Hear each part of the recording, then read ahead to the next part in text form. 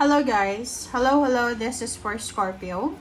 Welcome dito sa aking channel, Palaran 888 Scorpio. Titingnan natin kung anong messages, vibration, gabay energy para sa lahat. So, this is the third week of March 2026.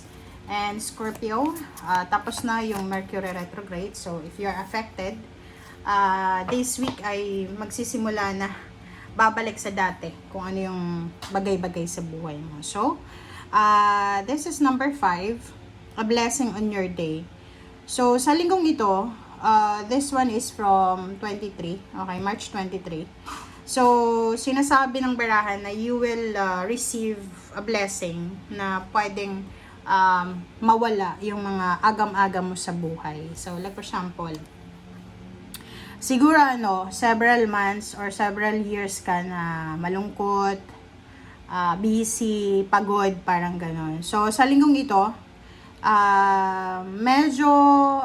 medyo mababawasan yung pagod mo, yung pag-aalala mo. And yung linggong ito ay posibleng you're spending alone or resting, parang ganon. Nagbabakasyon ka ba?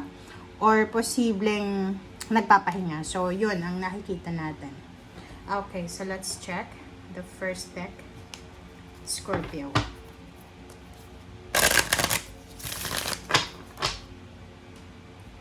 This is for the Scorpio.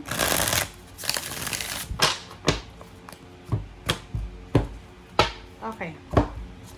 Okay, first card natin is 7 of Cups. Oh, wow. Next is, this is Knight of Pentacles.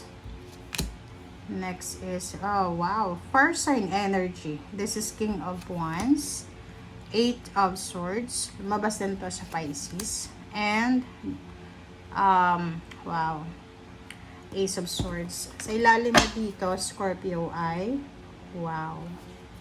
Okay, so titingnan natin. Scorpio, ang sabi ng baraha mo dito sa 7 of Cups, siguro ito yung rason kung bakit ka malungkot. Malungkot ka siguro for several months or several years or few weeks ago. Kasi parang wala kang choice and options. But sa linggong ito, para siyang klaro. There's a clarity na parang biglang magliliwanag. Siguro for several months na hindi ka makapagdesisyon kasi nahihirapan ka. Hirap kang magdesisyon. Kasi ang dami mong dapat na i-consider.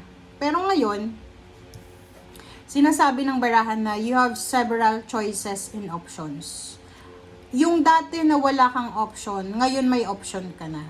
Yung dati na parang pakiramdam mo na wala kang magagawa, ngayon may magagawa ka na. Sinasabi ng barahan sa'yo dito na there's so much financial offerings ang posibleng darating sa'yo. Like for example, sa trabaho, dati siguro, nahihirapan kang mag-apply ng trabaho. Dati nahihirapan ka kasi hindi ka matanggap because may makulang ka sa requirements or yung skills. But this week, marirealize mo sa linggong ito. This is the realization week para sa'yo. Kasi, ang linggong ito, marirealize mo na marami pala na mga tao na may gusto sa'yo para sa business nila or maraming tao na gusto ang serbisyo mo. Yung King of Wands, this is fire sign energy, plus mayroong Ace of Swords. Sinasabi ng barahan na may mga pinto dati. There's an 8 of Swords dyan eh. May mga pinto dati. Like, may gusto kang kumpanya na applyan, mayroon kang gustong puntahan na country, pangarap mo yun dapat eh, 'di ba? Pangarap mo dati. So, like for example, pangarap mong pumunta ng ibang bansa kasi nakita mo lahat ng neighbors mo ay successful sila kasi nasa bansa ngayon. But this week, marirealize mo yun. This is the week na marirealize mo na kaya pala hindi ako natutuloy makapunta sa bansang yan. It's because hindi yan para sa akin. So, yun. Yung mga obstacles and challenges mo dati, kung bakit hindi mo nakukuha yung gusto mo, mararamdaman mo sa linggong ito na hindi pala malas ka. Hindi ka naman malas. Kasi dati yun yung understanding mo eh. understanding mo na malas ka kasi hindi ka natanggap or kung ano pa man. Pero ngayon, marirealize mo na, that's a God's protection.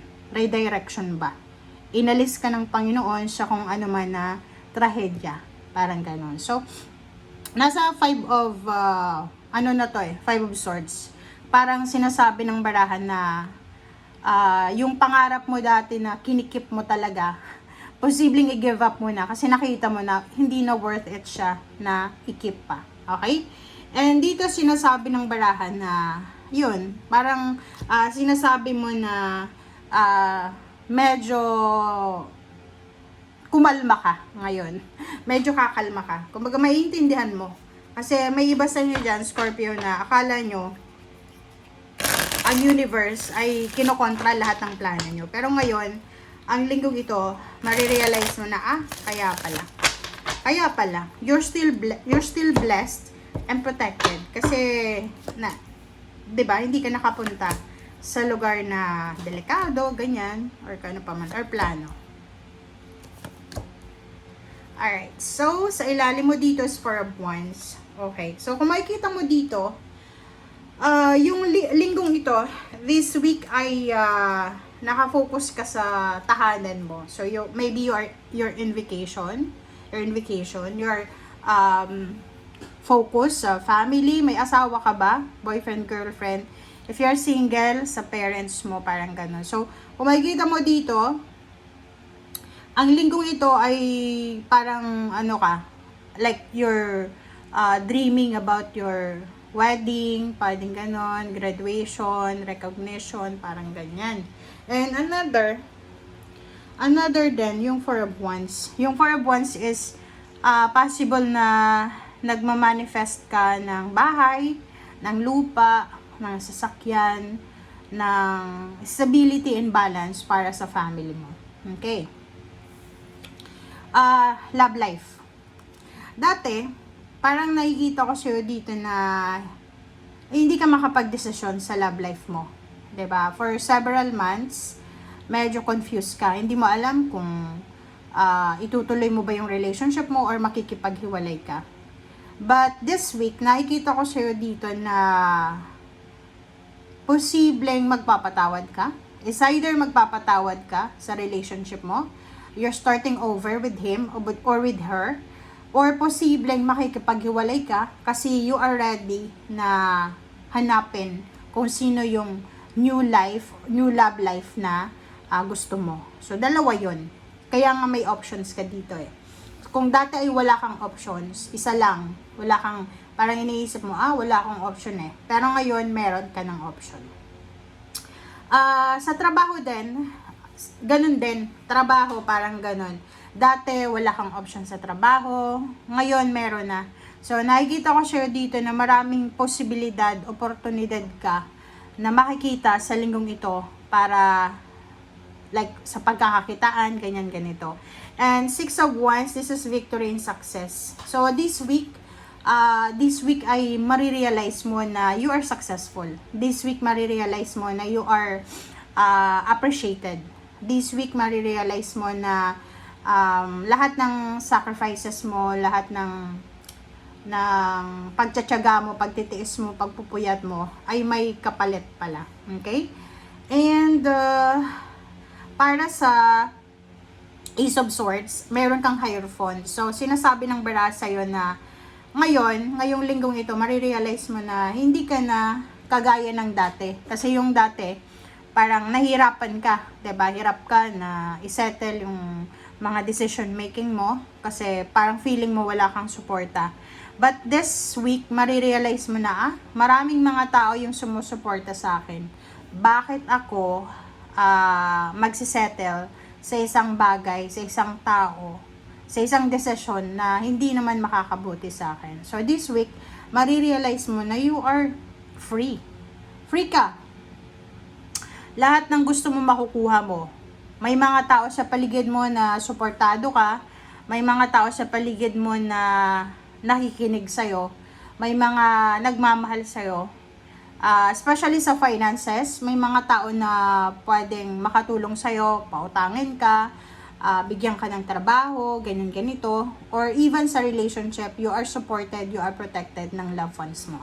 Okay? So, thank you guys. Bye!